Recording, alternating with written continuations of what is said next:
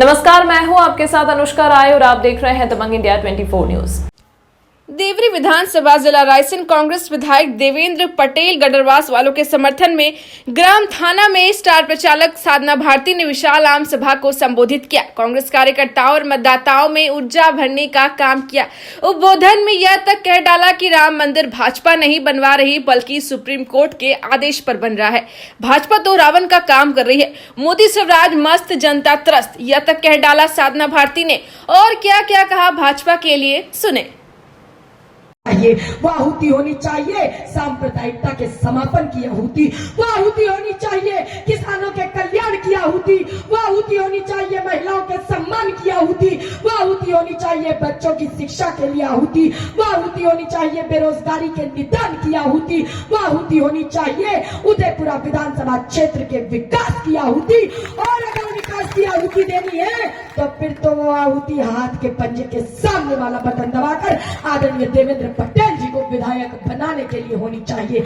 और ध्यान रखिएगा कि जब इस बार हाथ के पंजे के सामने वाला बटन दबाएंगे तो आप केवल आदरणीय देवेंद्र पटेल जी को विधायक ही नहीं बनाएंगे, बल्कि इस बार कमलनाथ जी की सरकार में मंत्री बनाने का काम करके दिखाएंगे।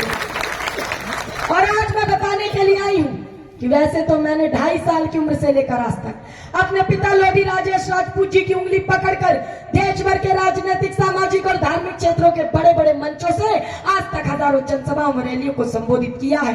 मुझे बोलते हुए 25 साल से भी ज्यादा हो गए।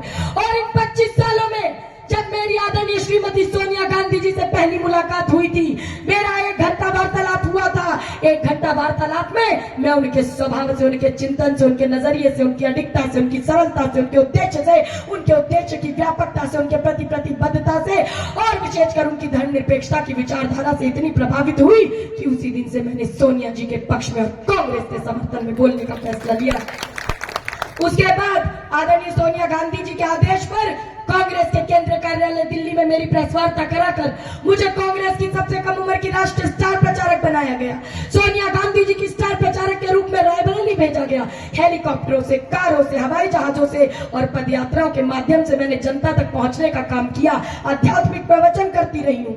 और आज मैं ये बताना चाहती हूँ, साधना जी आपसे पूछना चाहते हैं कि मध्य प्रदेश में कैसा माहौल चल रहा है, क्या लगता है आपको कि मध्य प्रदेश में कांग्रेस की सरकार फिर से बनेगी या कितनी सीटें आएंगी? देखिए, कांग्रेस की सरकार बनने जा रही है। मैं कांग्रेस की राष्ट्रीय प्रवक्ता हूँ, भविष्य वक्ता नहीं हूँ, तो कितनी सीटें आएंगी तो जनता बताएगी। लेकिन ये जरूर कह सकती हूँ कि पूर्ण बहुमत पे कांग्रेस की सरकार बनने जा रही है, क्योंकि सबने देखा कि जनता थी त्रस्त और मामा मोदी थे मस्त। जनता बदला लेने का काम करेगी। किसान परेशान, महिलाएं परेशान, आदिवासियों का अपमान, पिछड़े वर्ग का अपमान और पिछड़े वर्ग के साथ छल करने का काम किया, उमा जी का फिर से अपमान करने का काम किया, तो जनता तो बदला लेकर देखेगी।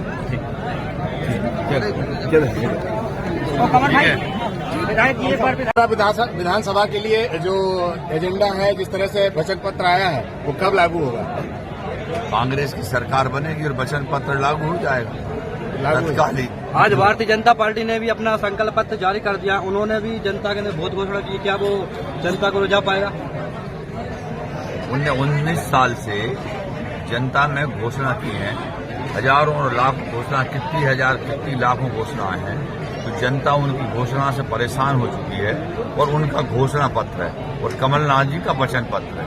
उनकी घोषणाओं से जनता त्रस्त है, उनके पर अब विश्वास उनका खो चुका है। कमलनाथ जी का विश्वास है, इसलिए कांग्रेस की ही सरकार आएगी और आप सब लोगों का आशीर्वाद और मेरे उदयपुरा विधानसभा के सभी कांग्रेस परिवार का और सभी जनता का मुझे आशीर्वाद मिलेगा।